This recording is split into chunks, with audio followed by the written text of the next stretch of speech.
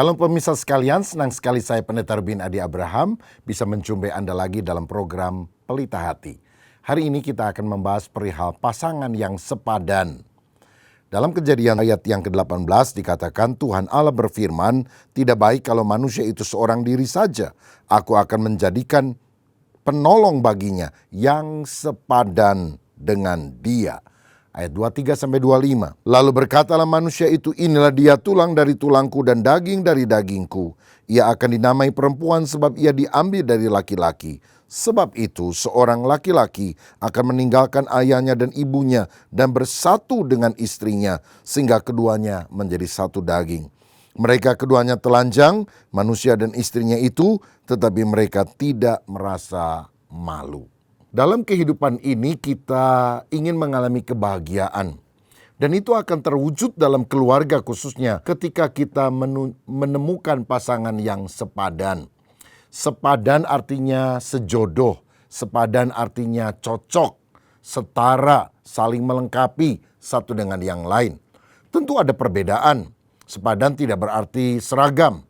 Tetapi perbedaan yang ada bukan untuk saling dipertentangkan, tapi justru untuk saling melengkapi. Nah, sepadan dalam apa saja yang membuat kebahagiaan itu akan tercipta? Yang pertama tentu sepadan secara rohani. Sepadan dalam iman kepada Kristus. Alkitab mengajarkan terang tidak bisa bersatu dengan gelap.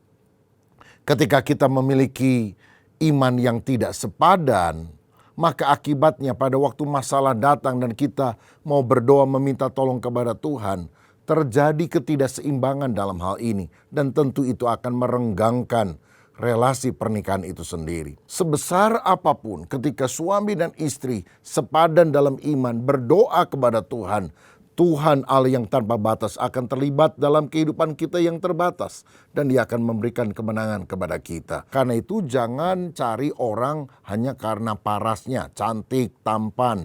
Jangan karena hartanya. Tetapi terutama apakah dia benar-benar seorang yang takut akan Tuhan. Seorang yang sungguh beriman dan mengasihi Kristus. Sehingga kita bisa sepadan secara rohani. Yang kedua, kita juga harus sepadan di dalam pemikiran. Sebab ada banyak komunikasi yang kita harus lakukan di dalam pernikahan. Harus satu hati, satu pikiran, satu tujuan. Dan kalau kita memiliki terlalu jauh perbedaan pandangan, maka tentu akan ada keributan. Itu sebabnya pada waktu pacaran misalnya, orang jangan hanya mengenal pacarnya itu secara fisik, tapi terutama pola pikirnya, bagaimana pandangan-pandangannya, cara dia mengambil keputusan. Sepadan secara rohani, sepadan secara jiwa yang diwujudkan dalam pola pikir pengambilan keputusan sangat penting. Yang ketiga, sepadan secara tubuh, artinya umur tidak terlalu jauh. Ada orang laki umur 25 menikahi nenek-nenek 70 tahun lebih. Ya kurang sepadan, saudara. Ya walaupun katanya jatuh cinta, tapi kan pernikahan itu bukan cuma sesuatu hal yang jangka pendek, tapi seterusnya. Kita harus sepadan juga secara fisik. Artinya si pria harus menyukai wanita dan sebaliknya. Tertarik kepada pasangan masing-masing. Secara spiritual, secara mental, tapi juga secara fisik. Nah, kalau kita sudah memutuskan memilih orang yang sepadan, maka untuk hal itu ada hal lain yang kita juga perlu lakukan supaya pernikahan menjadi bahagia. Alkitab berkata, laki-laki akan meninggalkan ayahnya dan ibunya. Kita kalau sudah nikah harus meninggalkan ketergantungan kita kepada orang tua. Dulu dia anak mami, tapi sekarang dia harus mengutamakan istrinya daripada ibunya. Sehingga yang harus belajar masak, menyiapkan makanan, tentu bukan mamanya lagi, tetapi adalah istrinya. Yang harus diajak diskusi ketika dia punya masalah, bukan langsung kepada ayahnya, tapi kepada suaminya. Sehingga dengan demikian ketergantungan kita kepada orang tua menjadi lepas. Orang tua tetap menjadi penasehat. Kalau dia diminta, tentu orang tua akan memberikan nasihat. Tapi pengambilan keputusan harus terjadi antara kesepakatan suami istri itu. Itu artinya meninggalkan ketergantungan kepada orang tua. Yang kedua, harus bersatu dengan istrinya. Nah, ada kesatuan yang diciptakan. Pertama, kesatuan roh. Selain seiman, kita juga harus mewujudkan di dalam doa setiap hari. Kalau suami istri saling mendoakan dan saling berdoa kepada Tuhan, rohnya masing-masing diperkuat, dan itulah yang akan membuat pernikahan itu makin lama makin cocok, makin sepadan. Lalu kemudian bersatu secara jiwa, yaitu melalui komunikasi terbuka. Alkitab tadi berkata keduanya telanjang, manusia dan istrinya itu, tetapi mereka tidak merasa malu. Ada keterbukaan satu dengan yang lain. Saya yakin bagi suami istri, telanjang tubuh jauh lebih gampang daripada telanjang jiwa. Artinya kita harus transparan, tidak ada yang ditutupi satu dengan yang lain. Terbuka, apa yang ada dalam pikiran, isi hati, itu dikemukakan. Termasuk dalam kelebihan dan kekurangan. Dan ketika isi hati diungkapkan, pasangan tidak boleh menghakimi, tapi harus belajar menerima dan menolong. Karena untuk itulah akan tercapai kesepadanan. Dan yang ketiga tentu adalah kita juga harus bersatu secara fisik. Hubungan seksual dikatakan sehingga keduanya menjadi satu daging. Hubungan seksual tidak boleh dilakukan sebelum pernikahan. Dan juga tidak boleh dilakukan setelah pernikahan dengan orang lain. Tapi harus dengan pasangannya sendiri. Karena hubungan seksual dalam sebuah pernikahan bukan dosa. Itu adalah sebuah berkat dari Tuhan. Untuk melahirkan anak-anak ilahi, untuk menikmati kepuasan dan menyalurkan cinta kasih dari Tuhan. Tapi semuanya itu dalam kerangka kekudusan dengan pasangan hidup yang Tuhan sudah berikan. Saya percaya kesepadanan adalah sesuatu hal yang harus terus diupayakan. Tidak mudah, tapi kalau kita sungguh-sungguh belajar taat kepada kebenaran firman Tuhan. Hai suami, kasihlah istrimu. Hai istri, tunduklah kepada suamimu. Maka kita akan sungguh-sungguh memiliki kesepadanan yang sangat baik. Kalaupun pasangan kita ada kelemahan, jangan diingat-ingat terus. Tapi ingatlah kebaikannya. Ada sepasang suami istri yang sudah menikah 50 tahun. Dan pada hari anniversary pernikahan mereka, pembawa acara berkata, "Nenek, apakah kamu bisa bertahan dalam pernikahan 50 tahun ini karena menganggap kakek ini sempurna?" Dia bilang tentu tidak, banyak sekali kesalahannya. Oh ya? Sebanyak apa? Sebanyak bintang di langit. Waduh, banyak sekali. Kalau kebaikan kakek ada? Hanya sedikit, cuma satu, seperti matahari yang bersinar. Wah, kesalahannya seperti bintang yang banyak, kebaikannya cuma seperti matahari yang bersinar. Tapi kenapa bisa bertahan? Sebab nenek ingat, setiap kali matahari bersinar, tidak tampak lagi itu bintang-bintang. Satu kebaikannya akan menghapus segala macam kesalahannya. Betapa indahnya sikap hati demikian. Jangan satu kesalahan menghapus seluruh kebaikan. Tapi biar satu kebaikan menghapus seluruh kesalahan. Bersama dengan kita telah hadir Bapak Himawan Hadi Raharja dengan Ibu Ervin dari Family First Indonesia yang akan membahas bagaimana kita bisa menjadi pasangan yang sepadan. Ketidaksepadanan yang seringkali muncul dalam pernikahan harus diatasi. Ada kiat-kiatnya dan saya percaya kita akan diberkati melalui percakapan ini. Selamat menyaksikan. Salam sejahtera pemirsa yang terkasih, apa kabarnya Anda pada hari ini? Senang sekali saya Airin Wangsejaya kembali menemui pemirsa dalam episode Pelita Hati pekan ini. Pemirsa yang terkasih, sering kita mendengar kata sepadan. Dan ketika kita mengalami problem atau masalah di dalam keluarga kita, seringkali kita mengucapkan kata, "Oh, sepertinya saya tidak sepadan dengan pasangan saya." Bersama kita pada hari ini telah hadir sepasang suami istri yang memang merupakan narasumber untuk kata-kata sepadan ini. Apakah sebenarnya yang Tuhan maksud mengenai sepadan ini? Telah hadir di studio hambanya Bapak Pendeta Himawan dan Ibu Ervin. Apa kabarnya Pak? Luar biasa. Luar biasa ya Bu Ervin. Ya, luar biasa. Terima kasih Pak sudah hadir di studio pada hari ini untuk berbagi. Bicara mengenai sepadan ya Pak ya. Ini kan paling gampang. Waktu jatuh cinta, aku sepadan banget sama orang itu, gitu ya Pak ya. Udah kawin, gitu ya, aduh ternyata aku nggak sepadan banget gitu. Dan mungkin ini waktunya aku minta cerai, gitu ya Pak ya. Itu kata-kata yang sangat gampang orang pakai di dalam secara alkitabiah untuk kepentingan dirinya dia sendiri, Pak. Sekarang secara umum, Pak, sebenarnya apa sih, Pak, sepadan itu? Sepadan itu yang pasti bukan berarti sama dalam pengertian semua serba sama, tidak selalu merujuk kepada kesetaraan juga. Tetapi sepadan di sini adalah yang pertama itu sebuah proses. Yeah. Ya, itu bukan sesuatu yang sangat alamiah, langsung memang sudah terbentuk demikian. Jadi nggak, kan orang bilang ya Pak ya, aku ketemu sama pacarku ini, lalu love at the first sight gitu, ya. itu rasanya kita sepadan. Nah, itu kan hanya emotional feeling ya. Okay. Nah, itu kan perlu secara proses dijajaki dulu dalam pertemanan dan semuanya. Baru kemudian setelah mengetahui semua backgroundnya dengan karakternya semuanya, baru kita bisa simpulkan ini sepadan atau tidak. Sepadan di sini memang dari antara si pria dan wanita ada kesamaan prinsip gitu ya, visi, lalu kemudian saling mengerti kelemahan masing-masing, tetapi bisa dengan dewasa bisa menjembatani. Berarti bukan ketika kita bergairah cinta yang luar biasa, lalu kita sebut diri kita sepadan dengan pasangan kita, itu bukan seperti itu ya Pak? Bukan seperti itu. Harus diusahakan. Harus diusahakan, dan itu bukan hanya sekedar perasaan saja, emosional, tapi itu disimpulkan dari berbagai pengalaman-pengalaman pribadi. Jadi ketika kita sebelum menikah, kalau kita bilang, oh saya udah mantep banget nih sama pasangan saya sudah sepadan, kita harus hati-hati mungkin ya Pak? Harus hati-hati di sini memang perlunya pendampingan pihak ketiga, pandangan dari orang tua, pandangan dari teman-teman, dan terutama mentor ya, kakak rohani ataupun hamba Tuhan yang sehingga bisa melihat dengan lebih objektif. Baik, baik. Bagaimana kita mengetahui bahwa kita dan pasangan itu adalah sepadan? Yang pertama pasti sudah ada dari proses pertemanan dulu ya, ada pengalaman, dari diskusi, tukar pikiran.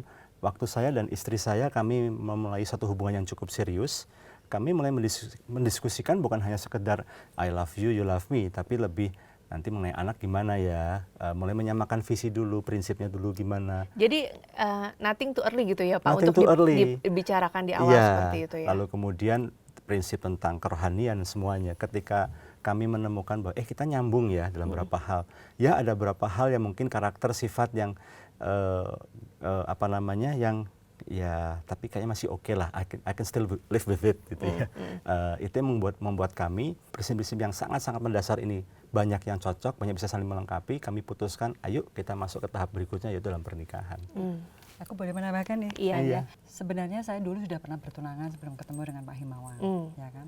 Terus dengan berjalannya waktu, akhirnya tidak jadi menikah dengan yang lama.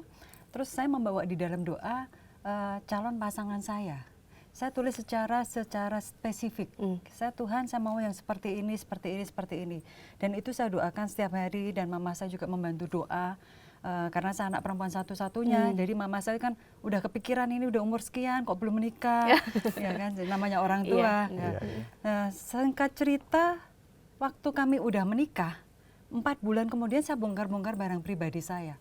Saya kaget sekali karena kriteria-kriteria yang saya doakan tuh sebagian besar, bahkan mungkin 90%, ternyata saya temukan dalam diri suami saya. Jadi saya bersyukur gitu loh. Jadi apa yang menjadi kriteria kita yang membuat hidup kita jauh lebih baik dalam kita membangun relasi, itu yang membuat kita jadi mengerti, oh inilah pasangan yang Tuhan tentukan untuk kita. Berarti mengusahakan untuk sepadan itu salah satunya dengan cara mendoakan juga ya? Mendoakan, banyak diskusi, kemudian juga sambil melihat bagaimana calon pasangan kita ini ketika dengan teman-temannya seperti apa, bagaimana relasi dengan orang tuanya.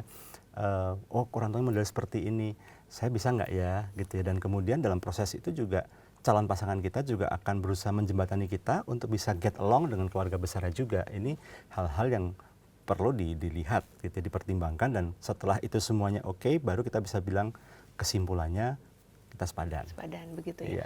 Nah Bu Ervin, ini mau bicara ya, tadi kan waktu saya lihat lagi nih pokok doa saya ternyata banyak sekali yang kriterianya yang sudah Tuhan jawab gitu doanya ya. Tidak banyak Bu yang mengikuti proses seperti Ibu gitu ya, dari awal didoakan dan segala macam. Misalnya ada pemirsa di rumah yang setelah menikah ternyata menemui problem yang besar seperti itu ada terjadi Bu dalam kehidupan? Banyak ya, Ren, ya. Tapi kembali lagi pada dasarnya memang kita ini kan berbeda. Beda pola asuh. Yang itu udah kebentuk selama 20 tahun sebelum kita menikah. Beda karakter. Dan itu harus diketemukan untuk menjadi satu tubuh, menjadi satu visi, menjadi satu tujuan di dalam berumah tangga. Nah, ini pasti akan membawa satu konflik demi konflik, gap demi gap. Nah, kalau memang sudah menikah dan kita sadar banyak sekali perbedaan, ya kalau menurut saya belajar untuk menerima. Memang kesepadanan bukan Berarti sama. bukan tidak hanya perlu dicapai ketika sebelum menikah, ketika setelah menikah pun tetap akan ada upgrade, penyesuaian lagi gitu ya. Karena pada dasarnya setiap dari kita memang dinamis ya. Sudah menikah pun nanti ada promosi dari sisi karir, kita harus adjust lagi. Ada anak, kita harus adjust lagi. Ada kondisi-kondisi tertentu, kita harus adjust lagi. Sehingga proses kesepadanan ini nggak pernah berhenti. Banyak sekali pasangan-pasangan yang tidak sekata dalam mengurus anak. Mereka bilang, gue mah sama laki gue mah dalam mengurus anak mah tidak sepadan lah gitu. Laki gue maunya ngegebukin terus ya, marah-marah terus gitu ya. Kalau saya kan anak dipanggil, ajakin ngomong pelan-pelan gitu. Itu nggak sepadan banget deh gitu. Pokoknya sebenarnya seperti apa sih Pak? Yang pertama ada kesepakatan dulu. Kesepakatan dalam pengertian do don'ts-nya harus sama dulu. Apa yang disebut dengan pelanggaran, apa yang disebut dengan sejauh mana anak disebut melanggar.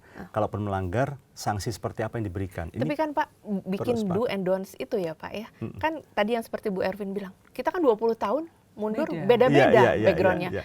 Kalau buat saya, mandi malam itu nggak apa-apa. Buat suami saya nggak bisa. Pokoknya jam 4 itu harus udah beres, udah wangi gitu ya. Nah itu Pak menyesuaikan seperti itu ya Pak ya. Seperti apa sih Pak? Ini untuk kita benar-benar step by step-nya ya Pak ya. Ya, yang pertama kita harus lihat ketika ada perbedaan, kita harus putuskan is this a small stuff or a big deal. Ya kan, kalau ini hal yang tidak terlalu prinsipil, mandi jam 4, mandi jam 7, jam 8, ya tutup sebelah mata lah gitu ya. Karena ini bukan hal yang prinsipil. Tapi kalau masalah ini ke gereja atau yang ke yang lainnya, nah ini kan prinsipil. Soal bohong, ini kan prinsipil. Jadi kesepakatan atau kesepadanan ini kita coba untuk samakan di hal-hal yang prinsipil sekali. Nilai-nilai yang mendasar sekali. Itu kita harus sama dulu nih. Nah, ketika bicara soal boleh nggak setelah belajar main game sebentar, atau misalnya ini suka makan sayur, yang ini nggak terlalu suka makan sayur, itu kan hal-hal yang sebetulnya ya oke, bagus lah gitu ya, penting juga, tapi tidak terlalu mendasar sekali. Nah untuk hal seperti ini perlu berkompromi gitu ya, it's okay, lihat case-nya. Baik. Karena itu sering sekali Pak, kalau suami istri, oke nih gue mau sepakat ngedidik anak ya, bikin do and don'ts-nya itu belum jadi, udah berantem dulu.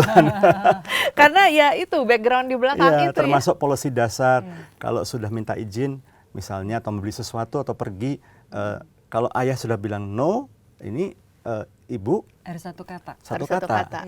Gitu. Papi bilang apa? Nggak setuju? Jangan, ya udah jangan ya. Tapi nanti tarik suami ke kamar terus ngobrol berdua. Kenapa? Ini gimana? Kedepannya gimana? Dituntaskan. Jadi ketika ada perbedaan selesaikan secara private. Tapi begitu berkaitan parenting ya, begitu keluar satu kata. Baik. Jadi suami pun juga harus tahu bahwa tugas mendidik anak itu bukan sepenuhnya di pundak istri. Bukan ya Bu ya. Tetapi suami juga harus ikut berperan di dalam mendidik anak. Karena bagaimanapun juga anak butuh figur, butuh teladan. Dan itu tidak mungkin hanya didapat dari satu sisi, tapi dia juga ingin figur itu didapat dari ayahnya. Iya. Baik. Problem suami istri yang paling common adalah tidak sepadan dalam keuangan. Bagaimana sih Pak? Karena sekarang ini banyak akhirnya suami kerja sendiri, istri kerja sendiri.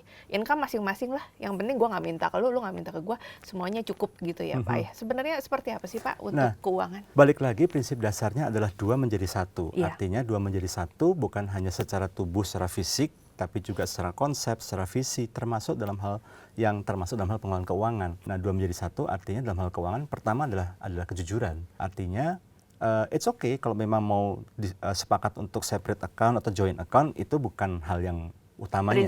Prinsipalnya adalah ada keterbukaan.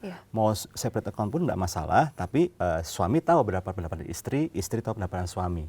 tidak boleh ada yang disembunyikan. Suami cuma ngaku gajinya, komisinya nggak diakuin. Nah, itu jangan. Nggak Seperti boleh itu, ya, Pak, ya? terbuka, harus terbuka sepenuhnya. Karena ketika kita ada yang kita rahasiakan dari pasangan, sebetulnya tanpa sadar kita sedang kasih makanan kepada si iblis untuk mendakwa kita. Baik, baik. Dan itu sangat mengganggu dalam relasi. Satu, keterbukaan. Kemudian yang kedua, ada kesepakatan untuk pembagian. Kalau misalnya mau separate masing-masing gitu ya, bekerja masing-masing terpisah akunnya, disepakati mana yang membayar apa. Gitu ya. Di list dulu kebutuhannya apa, lalu kemudian disepakatin mana siapa dari gaji yang pendapatan suami digunakan untuk apa, pendapatan istri untuk apa. Lalu kemudian buat planning bersama-sama, perpuluhan, persembahan. Apa sih Pak itu prioritasnya? Prioritas yang pertama sudah pasti buat Tuhan dulu. Itu berkaitan dengan perpuluhan, dengan persembahan syukur gitu ya. Menabur gitu ya. Kemudian yang kedua, kebutuhan yang primary, yang memang tiap bulan memang harus keluar. Misalnya untuk kebutuhan uang sekolah anak, listrik, telepon, semuanya. Termasuk seandainya terlanjur mengajukan cicilan untuk KPR, cicilan untuk yang macam-macam. Cicilan ini menjadi masuk ke kebutuhan yang utama, yang memang mau nggak mau harus keluar secara bulanan. Kemudian yang kedua, yang berikutnya lagi baru kemudian yang secondary needs. Artinya it's nice to have, tapi it's not a must. Kalau bisa keluar makan tiap minggu, ya puji Tuhan, bagus lah ya. Tapi kalau nggak bisa, ya nggak apa-apa gitu ya. Lalu kemudian yang terakhir banget ini yang tidak kalah pentingnya adalah saving. Nah, saving ini memang sesuatu yang perlu dibudayakan. Artinya di dalam kitab suci sendiri ada tertulis bahwa Tuhan itu memberikan roti untuk dimakan dan benih untuk ditabur. Nah, ada bagian dari pendapatan memang kita makan, kita gunakan untuk kebutuhan bulanan, tapi ada benih yang harus kita simpan. Kalau memang belum musimnya menanam, ya kita simpan dulu. Saving itu untuk tidak hanya untuk tiba-tiba ada keperluan mendadak, tapi kalau seandainya memang kita digerakkan Tuhan untuk menabur, dari tabungan ini bisa kita gunakan juga menabur. Baik, baik. Dalam pembagian pengelolaan juga harus jelas nih Ran. Kalau kami berdua pengelolaan diberikan kepada saya. Jadi saya bertanggung jawab untuk mengatur semua pengeluaran di dalam rumah tangga. Jadi saya tulis pendapatan berapa, pengeluaran apa aja itu semua ada rinci. Jadi saya ada tanggung jawab dengan jelas pada suami. Dan ada juga perjanjian di antara kami dari dalam sejumlah berapa kami tanpa harus report atau sejumlah berapa kami harus izin. Itu juga harus jelas. Jadi benar-benar kita tahu batasan-batasan sejauh mana. Jadi ada pertanggungjawaban yang jelas dari masing-masing. Iya, jadi kalau beli cabai nggak usah izin Pak Himawan. Nggak ya, usah. Pak. Boleh nggak beli cabai? Beli aja. Beli aja. Tapi termasuk ya ketika saya digerakkan Tuhan untuk menabur jumlah tertentu. Dan ternyata jumlah ini melebihi dari kesepakatan kami. Saya mau nggak mau harus bilang ke dia dulu. Ketika dia setuju, bagi saya itu konfirmasi harus dilakukan. Tapi kalau dia bilang tahan dulu deh, oke, kita nggak sepakat, jangan dulu. Baik. Gitu. Iya. Pak Him, kalau yang sudah menikah lalu masuk dalam kejenuhan karena dia merasa tidak sepadan dalam berbagai hal, ngurus anak, keuangan, dan yang lain-lain terus-menerus. Apa sih Pak yang harus dilakukan Pak? Kalau kata kuncinya kejenuhan, berarti kan sesuatu yang kelelahan, mungkin terlalu rutin. Yang pertama adalah break dulu, sela dulu, kemudian coba diurai. Ini penyebabnya karena memang saya kelelahan, karena mungkin sibuk sekali, nggak pernah ada waktu berdua, nggak pernah ada retreat, nggak pernah ada liburan. Kalau memang itu yang menjadi sumbernya, maka coba untuk ambil waktu untuk di-recharge lagi. Apakah ikut retreat, pasutri, ini cuma perasaan jenuh saja. Memang ternyata ini bukan masalah perasaan jenuh. Memang sudah mulai ada konflik-konflik yang nggak tuntas. Maka disinilah perlu diskusi berdua, dan kemudian kalau memang bisa diselesaikan berdua, ya puji Tuhan. Bawa dalam doa bersama, kemudian minta hikmat Roh Kudus untuk mencapai kesepakatan. Tetapi kalau memang sudah deadlock, disinilah tanpa kita merasa malu, tanpa harus merasa sombong, kita harus merendahkan diri dan datang pada pihak ketiga, apakah itu konselor, mentor rohani, mungkin juga gembala di gereja lokal, bahwa saya butuh pertolongan, gimana nih, gitu ya, sehingga bisa diselesaikan. Semakin ditunda-tunda, semakin kita sembunyikan, justru semakin merusak diri kita. Tapi semakin cepat kita membuka diri, kita merendahkan diri, semakin cepat pertolongan Tuhan hadir untuk menyelesaikan masalah. Baik. Saya merangkum beberapa hal yang penting dalam pembicaraan kita hari ini. Yang pertama, bahwa sepadan itu bukan sesuatu yang come naturally ya Pak. Itu adalah sesuatu yang perlu diusahakan. Dan nomor dua, diusahakannya itu tidak sampai altar gereja saja. saja, tapi harus setiap hari, Seumur hidup. senantiasa, seumur hidup mungkin ya. Ya. Mungkin kalau sudah istri mulai keriput gitu harus menyesuaikan lagi Iya, ya Pak, lihat yang benar, keriput gitu ya Pak. benar.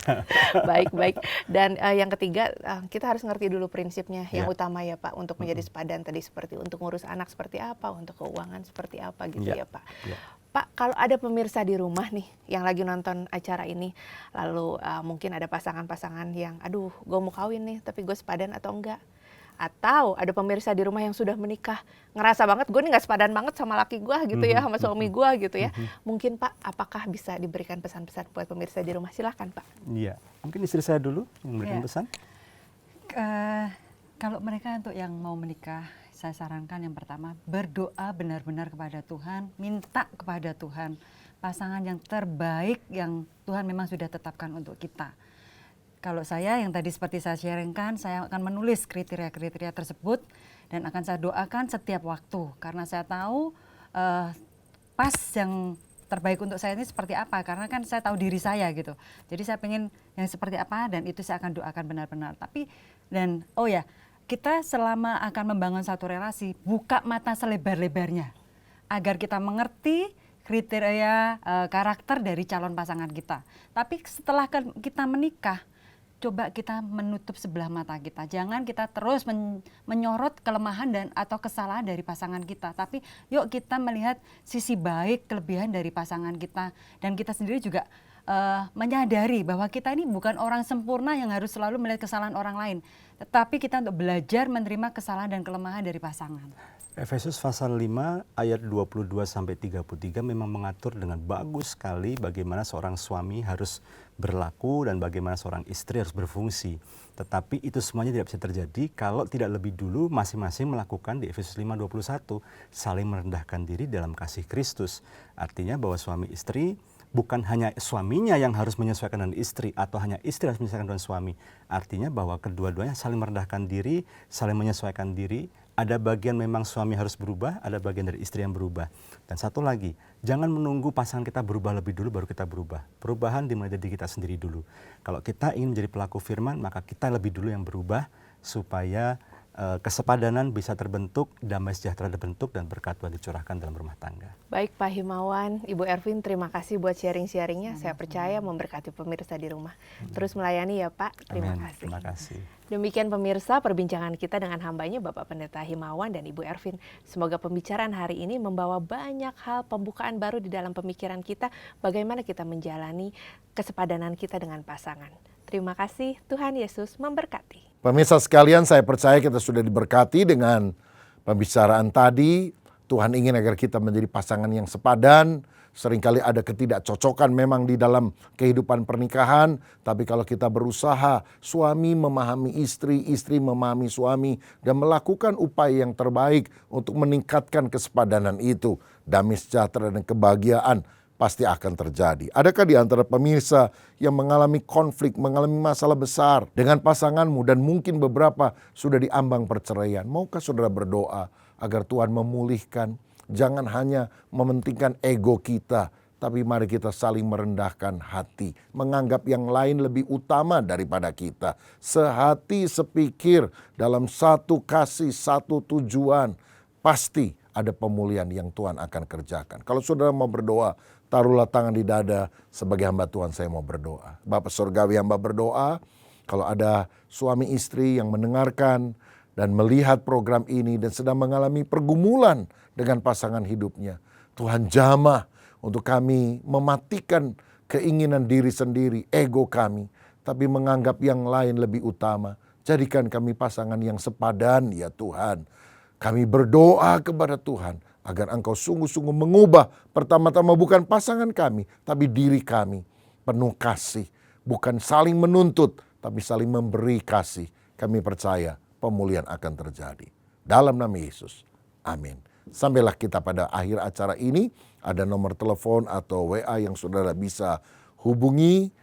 Apapun pergumulanmu, para konselor akan menolong dan mendoakan saudara. Saudara, tetaplah setia kepada Tuhan. Saudara bisa mengambil bahan-bahan yang baik dari website atau dari apps yang tertera di layar kaca. Ada banyak renungan harian, bahan kelompok sel, khotbah-khotbah yang akan membangun iman saudara. Dan sampai jumpa pada program yang berikutnya. Tuhan Yesus akan memberkati Anda selalu. Amin.